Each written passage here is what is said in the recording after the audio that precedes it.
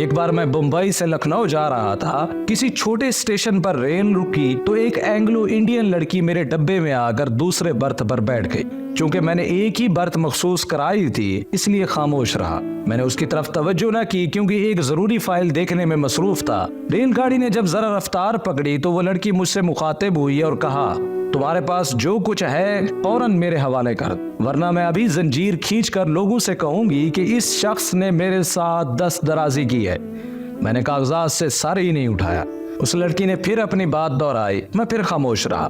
پھر اس لڑکی نے مایوس ہو کر جب مجھے اپنے ہاتھوں سے جھنجھوڑا تو میں نے سر اٹھایا اور اپنے کانوں پر ہاتھ رکھ کر اشارہ کیا کہ میں دونوں کانوں سے بہرا ہوں، مجھے سنائی نہیں دیتا، تم نے جو بات کہنی ہے لکھ کر دے دو۔ اس لڑکی نے اپنی دھمکی کاغذ پر لکھ کر دے دی تو میں نے اٹھ کر ریل گاڑی کی زنجیر کھینچ دی۔ گاڑی رکنے پر جب گارڈ میرے ڈبے میں آئے تو میں نے وہ تحریر ان کے حوالے کرتے ہوئے سارا ماجرا بیان کر دیا اور اسے ما تحریر ریلوے حکام کے حوالے کر دیا۔